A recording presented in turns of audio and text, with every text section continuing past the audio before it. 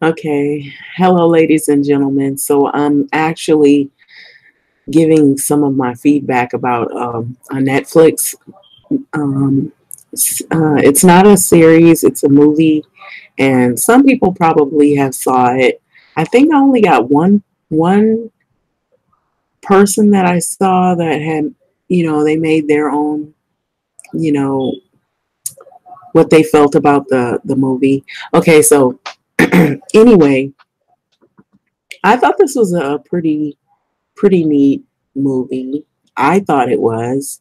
And there was some humor. There was a lot of there was humor in it, and then there was a lot of realism, how people treat you, how people treat an African American woman who all her life she's had to pretty much be perfect, and she's had to look perfect, and a lot of that, it was trained, it was learned from childhood on up, and her mother, you know put a lot of emphasis in her hair, as being a part of her beauty, and that she had to have a certain length of hair to attract another another person, a male. And in order to attract males, she had to have this long, flowing, beautiful, straight hair, and that her hair couldn't be out of place, and that she had to go through all this painstaking trouble to look perfect. And so, pretty much all of her beauty was surrounded by having this long straight hair, and then not feeling confident about her own natural beauty. And so that's the name of the movie, Nappily Ever After. So I don't know if anybody else out there have seen it. I know, for Harriet, she did, her views about it. um, I do know that that is an issue for, most African American women who, whom have had to been made to feel that in order to compete in American society, that is, that your beauty is centered around, your looks, your outward appearance, and especially your hair. And so that's probably why I would believe that primarily, I say 7 to 80% of, um, the hair industry, African American women are your biggest consumers, and we're the ones that will probably go to, someone for hair to be done, and we'll go through a lot of, um, uh, effort to look a particular way when it comes to our hair. And even in the natural world, to be honest, um, the only thing is that in the natural world, excuse me, I've been not really feeling well lately, so I'm just getting over something, and so I'm now at the very end of it. So I clear my throat to try to make myself sound a little bit clearer. So excuse me for that. So lately, I've been trying to battle, some allergies and whatnot. But anyway, um, I thought this was a cool movie, and it does say a lot about what, I feel like I could relate to it, put it that way, in that sense. And there may be some other women who have felt like they could relate. Um, and this movie is about African American women who've had those struggles where they've been told that they had to have straight, long, flowing hair in order to attract, or to get a job position, or in order to attract a certain attention from certain types of males.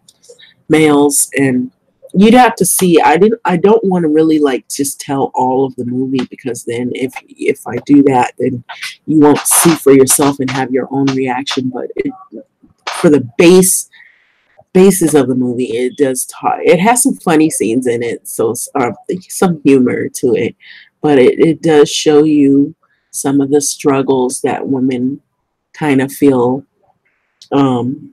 African American women, that is, feel here in America of how you're portrayed versus having long straight flowing hair, and then having a shorter texture hair, and not putting chemicals in it, and not using a hot comb or a pressing iron to it, and the reactions that you get. And I do notice that that is true, because it's almost like the standard Western ideal of beauty is to have the straight hair, or at least that's what it was, or what it used to be. Now you do have a lot of women who are wearing the natural hairstyles, and it's like a big thing. And a lot of people, a lot of stylists have gotten really creative with it. And so there's all kinds of braids, there's all kinds of hair products out there. There's all kinds of styles where some women will have their natural hair hidden underneath, but they're wearing like the long flowing hair. They can switch up. And I believe that we spend a lot of money, as in African American women, who here, at least from what I've seen, most of the beauty supply shops in LA, and I'm speaking, and all over in California, I believe, if there's beauty supply shops, most of the women that will usually go in there and spend probably a lot of money will be African American women, who will spend a lot of money on hair products or hairstyles, or to achieve a hairstyle, or things that to enhance your look, or maybe you want your hair to be short, maybe you want your hair to be long, or you're getting ready for some kind of event or venue to go to, but we'll spend an amount of money, and to sizable amount, if we're going to like if it's not a beauty supply shop, a beauty salon, to pay money to have our hair prepared and styled a particular way. And so I thought this was a kind of cool movie to see. So maybe you should check it out. It's on Netflix. It's airing now. And so I'm not going to say, I want to say more stuff about the movie, but if I do, then people won't want to look at it. But anyway, with that being said, I'm going to switch over here, because this is a big deal to some people now. In other parts of the world people may not view hair the same way. That's why I was saying this is more like for in the States, in America. And so I saw this article in the Lifestyle. It's called, "Is It Time to Reclaim the Word Nappy?" And it's out of the Allure. And so this is September 25th, 2018. We've heard the term nappy used before as a negative connotation for black hair, but is that evolving with time now? In this op-ed, writer Noel Walker explores the history of the word, its evolution, and how people view it today. I have a vivid childhood memory of me and my cousins getting our hair straightened with a hot comb, and my grandmother at my grandmother's house on Sunday mornings. And so I can't smell the fire burning, or I can still smell the fire burning from the metal combs on the stove. So smoking up the kitchen, the smoke detectors would blare out until someone turned them off, and the line of the girls wrapped around the kitchen all the way into the sun parlor, waiting to get their nappy heads pressed, would whine about about the process to themselves, because sometimes with those hot combs you get burned, little nicks and burns. But these days, such scenes are more like a memory than everyday life, considering I don't see hot combs as much as I used to. And so a lot of people have chosen different alternatives. They don't do hot combing as much because a lot of heat can damage the hair. And so this goes right in along this article with the Netflix premiere. Okay, so it says Netflix just premiered Nappily Ever After starring Sana Lathan. So it's the role for which the actress famously buzzed her hair last year. In the fifth film, Lathan's character Violet begins as a woman obsessed with straightening her hair in order to be deemed acceptable to pretty much everyone in her life. And so this includes her significant other and who she thinks is going to propose to her. And so this gives you more insight on the film. So when he doesn't, she begins to rethink everything, including her idea of perfection. And so, as part of her epiphany, she shaves her head and allows her hair to grow back in its natural state. So, indeed, Violet's story, particularly her big chop, is what African Americans call it, or when females, when they cut all their permed hair off, they call it the big chop, is an experience many Black women in the West have had. So, since the turn of the decade, we've seen more Black people embracing and celebrating their own natural hair. So, the hashtag Team Natural hashtag on Instagram has over 5 million posts featuring women with curls and kinks, styling them, washing them, braiding them, wrapping them up in beautiful wax printed turbans. So YouTube has an army of natural hair influencers who hair care tips and styling tutorials are accessible with just a few clicks and keystrokes away. So on Facebook, women discuss all things natural hair in dedicated groups. To say that these developments are all wonderful would be an understatement, but now the naturals are embracing their texture, and I can't help but think about the N word, that is, which is called, no, not that bad word, but the one called nappy.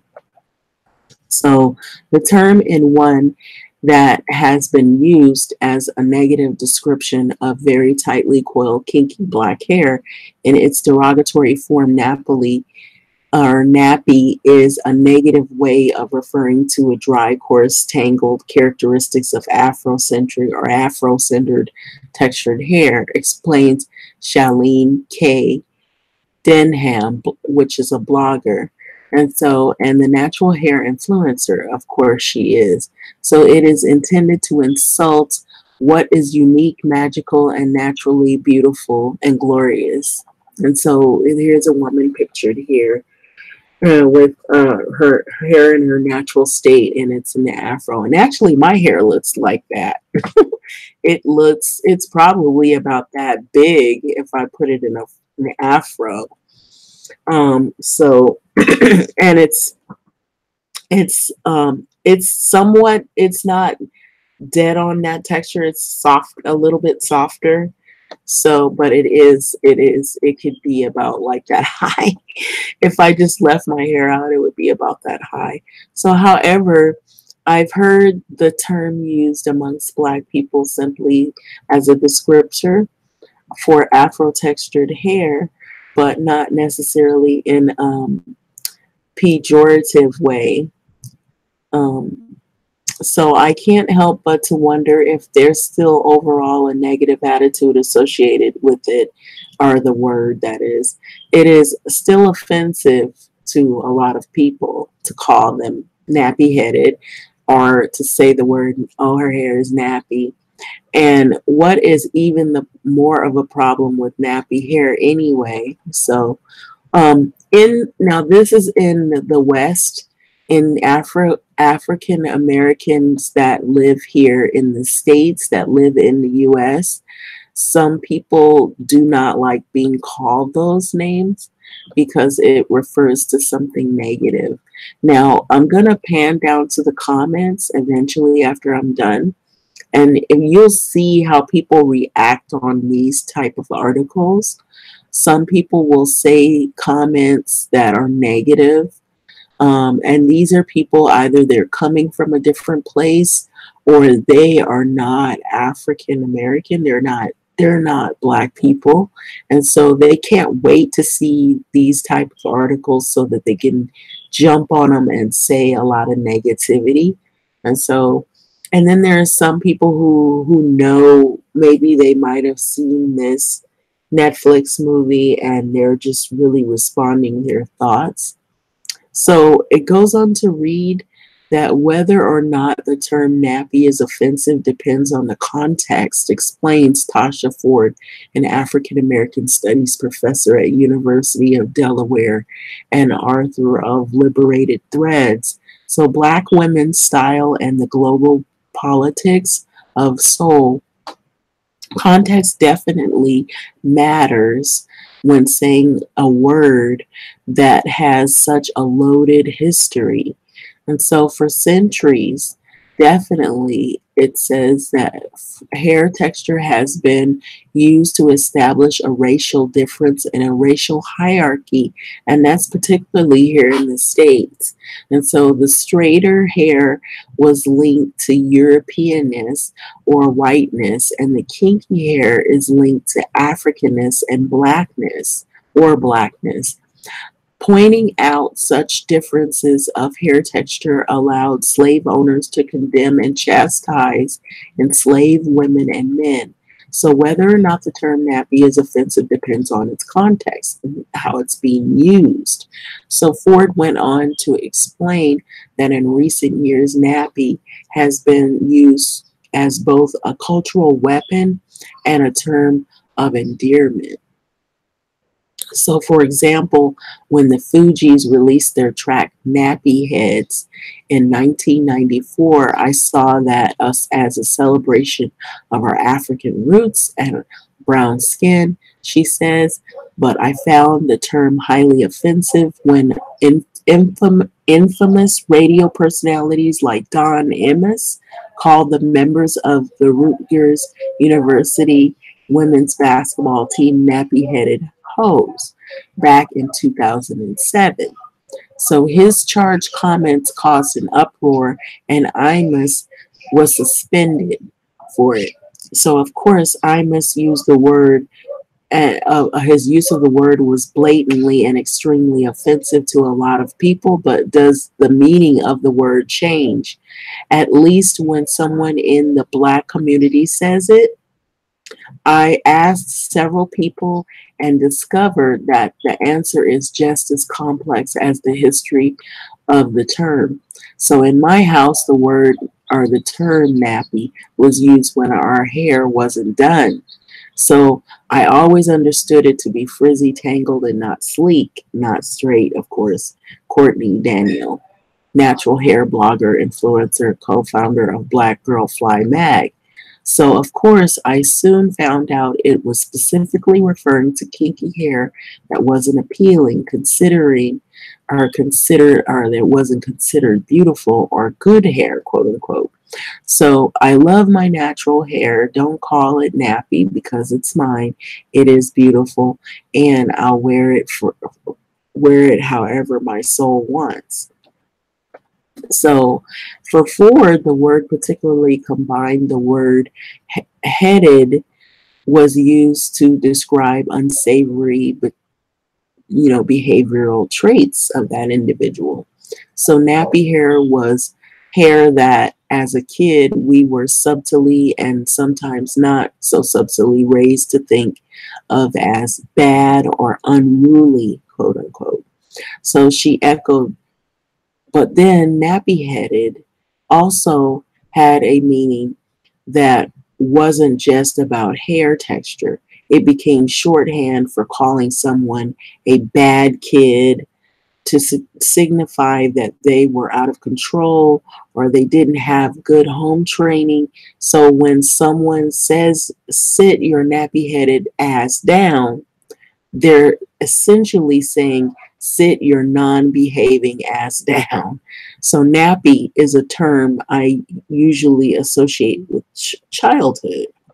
And so for those of you that hadn't had this experience, you wouldn't know what that means. But for those of you that have had this experience, you know exactly what these terms mean and how it made you feel, and how even today it makes you feel or what you would think about those terms.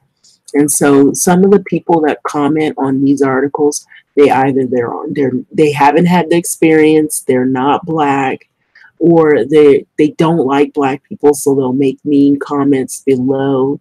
Um, or they're coming from another country or another culture where they don't have the same shared experiences, even if they're African descent, or if they have one black parent, they don't have the same experiences, or they might know of it, but they don't have the same experience, or they don't view it the same way. And so that I want to make that clear. So Donna Oliver, beauty director of Yahoo Lifestyle, says it wasn't until her time as an undergrad at Temple University that she learned the etymology of the word, but she always knew it wasn't a positive term.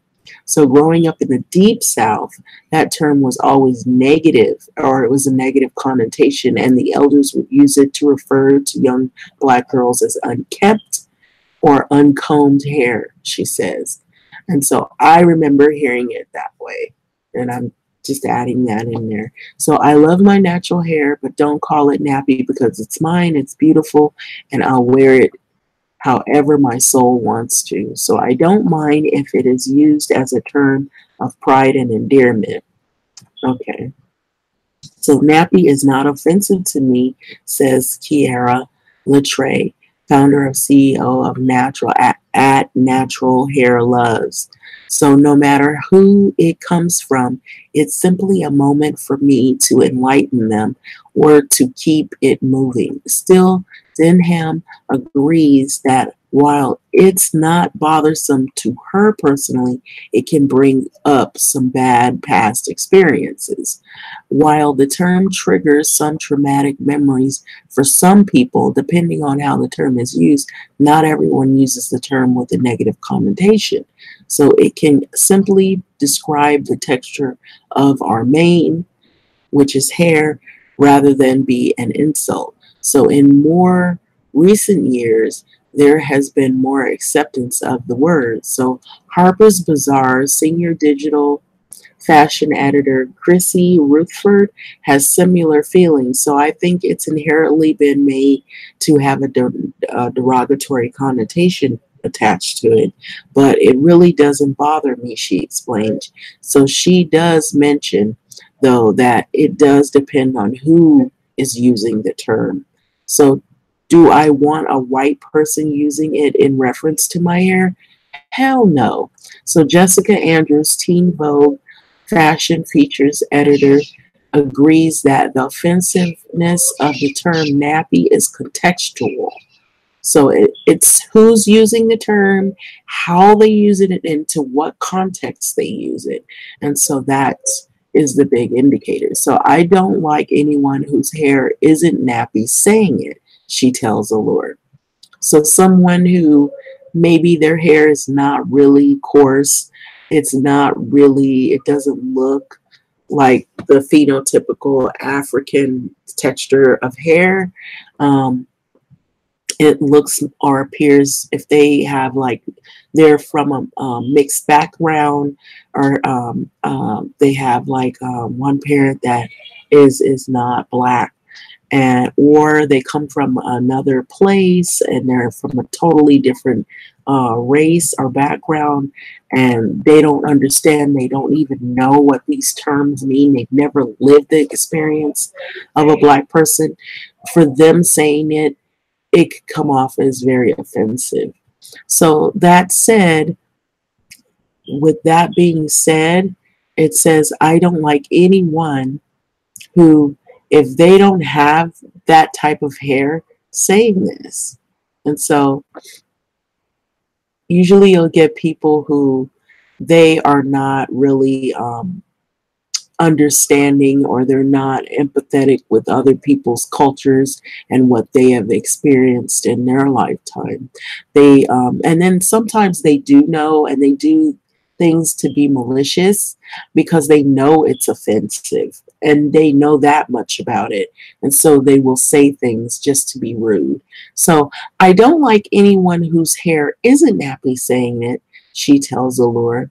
That said, she also realizes that within the Black community, it can be used in a more positive manner. So I don't mind if it is used as a term of pride and endearment. She explains likening the term to a reclamation of the word bitch, quote unquote, among some women. So it's one thing if we're using it to each other, changing the way in which we defined it and use it, but that's within our community, of course.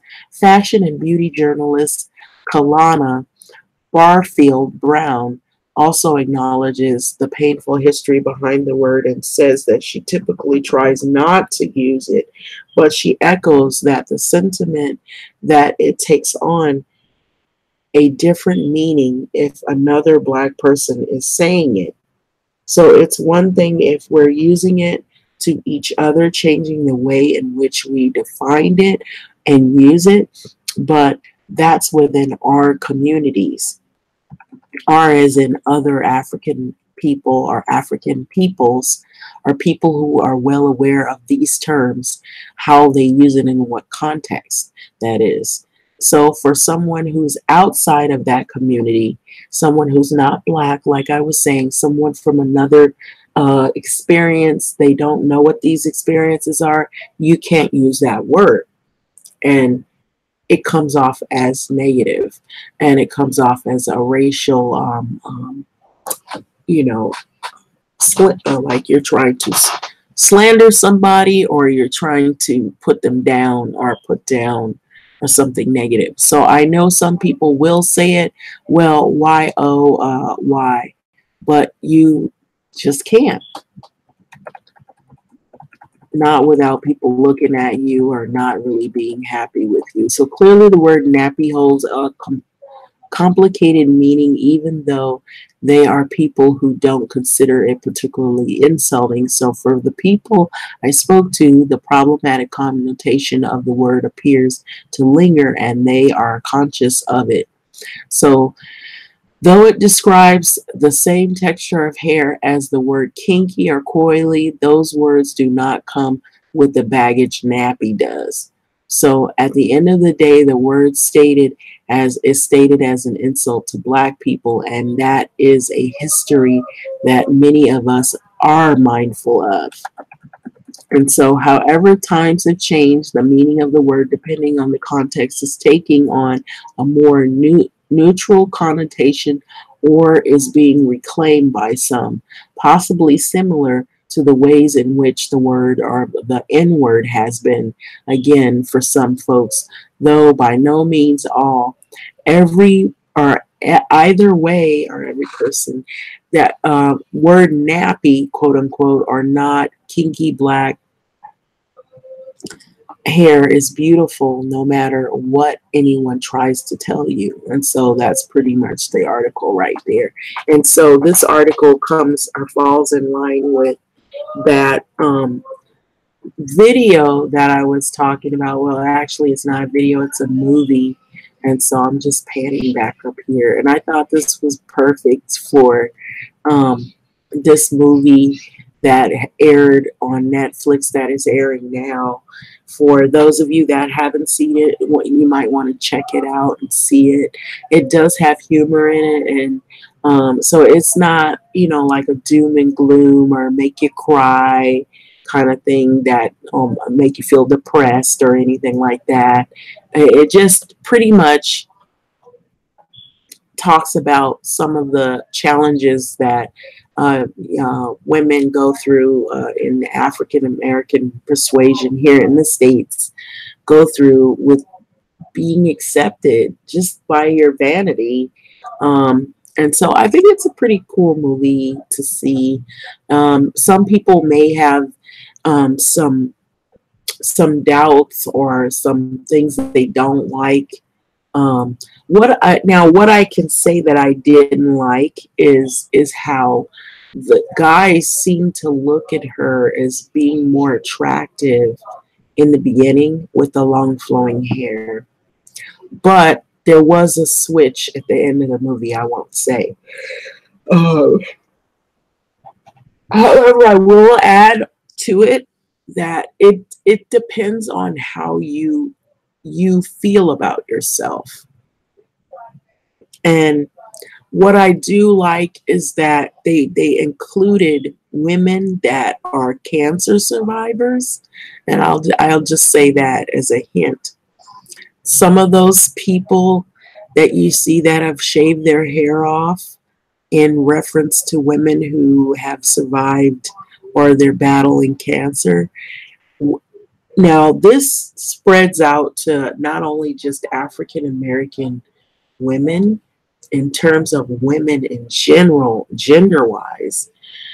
If a woman gets sick with cancer and she goes through chemo treatment, she may lose all of her hair. And so, how do you think those women feel?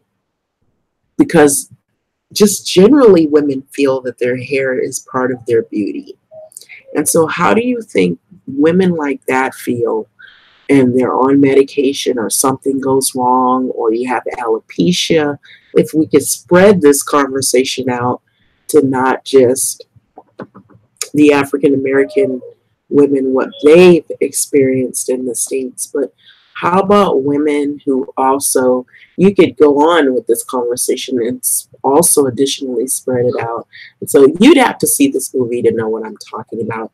You could, it kind of, you know, let me be quiet about that. But yeah, if you think about women who have had cancer, they've had to shave their hair off, or their hair probably fell out. And how do you think that if they're in a relationship or they're still not in a relationship and they're single and they wanted to be in a relationship, but now their hair's gone because they're ill with something?